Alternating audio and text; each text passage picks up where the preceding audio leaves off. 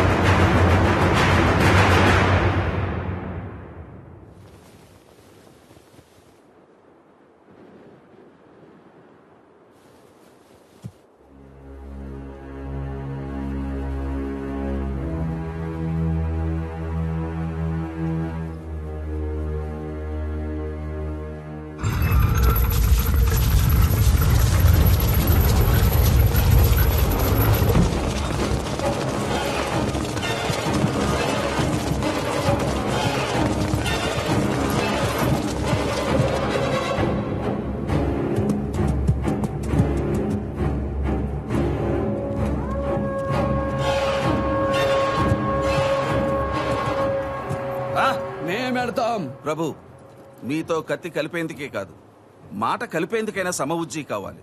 వారు భృత్యులు, మేమున్నాం కదా. మాకు సమానుండి కనగలిగే తల్లిదండ్రులు ఇంతవరకు ఈ భూమి మీద పుట్టలేదు. హిరణ్య, బిడ్డను అడిగింది నన్ను, బదులు చెప్పాల్సింది నేను.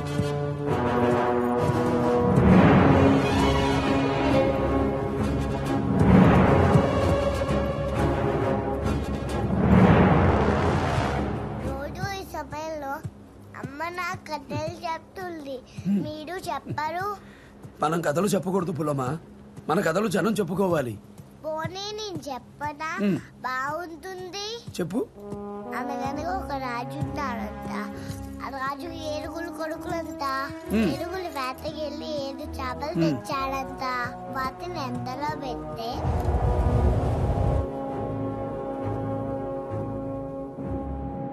మాటని గౌరవించి మీ కొడుకుని తెచ్చినందుకు అభినందనలు. నేను నహాపణ చక్రవర్తి అల్లుండైన వృషభదత్తుణ్ణి. కొడుకుతో పాటు కరవాలాన్ని కూడా మా ప్రభు పాదాల చెంత నుంచి తల వంచి తరలిపోయి. బాగుంది. ఆ 7 చేపలు ఎండేశారు, ఒక చేప ఎందుకు ఎండలేదు చెప్పు. ఓ చేప ఎండలే అంట. చేప నువ్వు ఎందుకు ఎండలేదు అంటే, శాతకర్ణి, ఇది పిల్లాట కాదు, షహరాట సేనతో జలగాట. ఇది శత్రువుల నెత్తురుతో కట్టిన క్షత్రపకోట. గోడ నీడని కూడా నువ్వు తాకలేవు.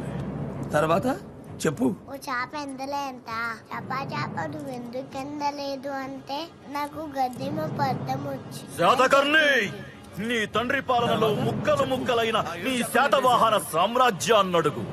నా ఉక్కు పిడికిలి బరువు లెక్క చెబుతుంది. అది గతం, నేను భవిష్యత్తు. వేట మొదలు కాకమునిపై కోట వదిలిపో, లేదా పరిగెత్తే మీ ప్రాణాల్ని పరమాత్ముడు కూడా ఆపలేడు. శరణమంటే రక్ష, రణమంటే మరణ భిక్ష. శరణమా రణమా.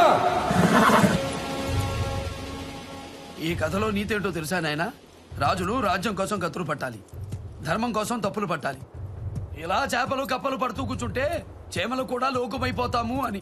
దేశం అడుగున బతికే బడుగు జాతికి ఇంత రోసమా? బడుగు జాతి కాదు, తెలుగు జాతి. అధములం కాదు, ప్రథములం. ఈ విశాల దేశాన్ని భుజాలపై మోస్తున్న పునాదులం, వీరులం, వేదభూమి వేరులం.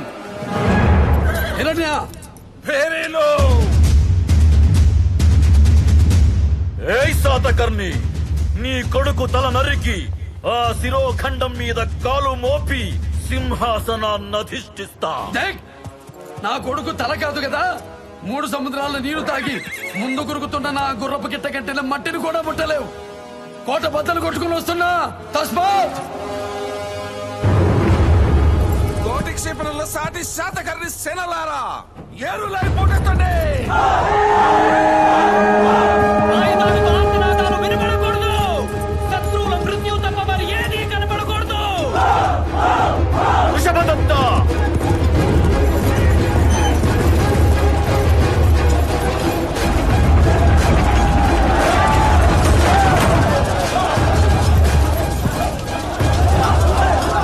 రక్కలవుతున్న వైరుల వక్షస్థుల శబ్దాలకు దిక్కులు పిక్కటిల్లాలే. విజయం మనదే.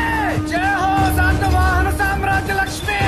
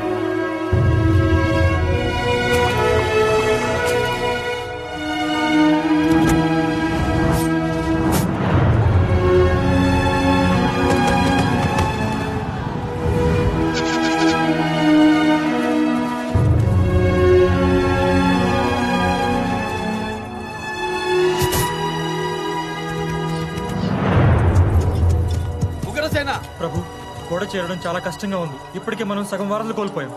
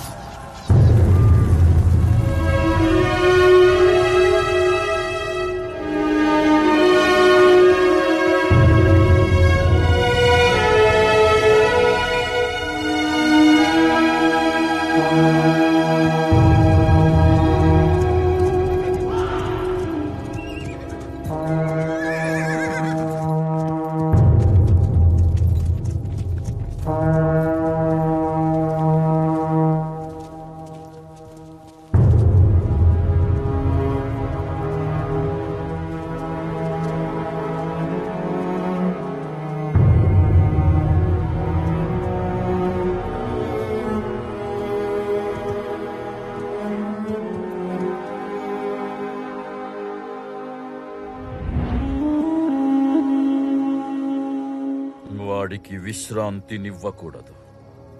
సేన బలహీనమవుతున్నప్పుడే బలి తీసుకోవాలి. అది యుద్ధనీతి కాదు. యుద్ధనీతి యుద్ధనీతి.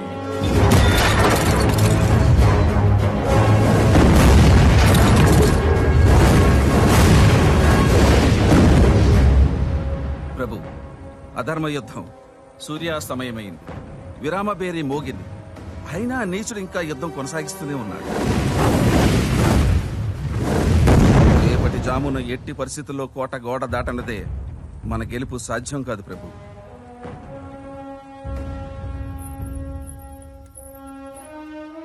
వాసిష్ఠి, నువ్వు మెతుకు ముట్టి 3 రోజులయ్యింది. తినమ్మా. ఆయన నా బిడ్డను యుద్ధానికి తీసుకెళ్తాడని మీకు ముందే తెలుసు. అయినా మమ్మల్ని కళ్యాణదుర్గం పంపించారు. అవునా? తిను. ఎలా ఆకలవుతుంది? నా బిడ్డ యుద్ధంలో ఉన్నాడు. యుద్ధంలో నా బిడ్డ కూడా ఉన్నాడు. పులోమాకి ఏమీ కాదు.